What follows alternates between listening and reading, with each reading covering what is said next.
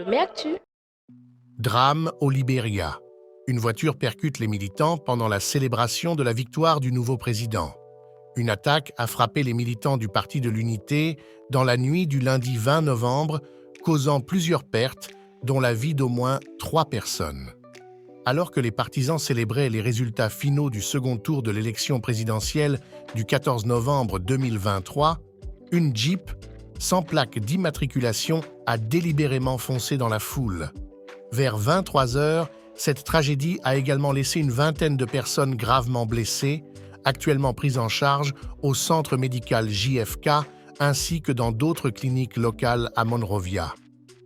L'enquête de la police a établi que l'incident résultait du fait que le conducteur d'un véhicule a foncé sur des supporters du Parti de l'Unité qui fêtaient la victoire dans leur quartier général.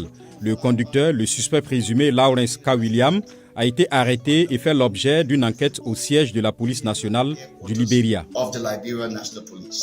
En signe de deuil et de solidarité, le Parti de l'Unité, en consultation avec son leader et président élu du Libéria, AMB, Joseph Numa Boakai, a décidé de suspendre tous les rassemblements de célébration jusqu'à nouvel ordre. La nation pleure la perte de CSV et espère que la justice prévaudra en cette période sombre. Les élections présidentielles libériennes de 2023 tenues en 2 tours, les 10 octobre et 14 novembre, ont vu une participation électorale élevée et une atmosphère relativement calme. Plus de 2,4 millions de Libériens ont voté dans plus de 2000 centres de vote.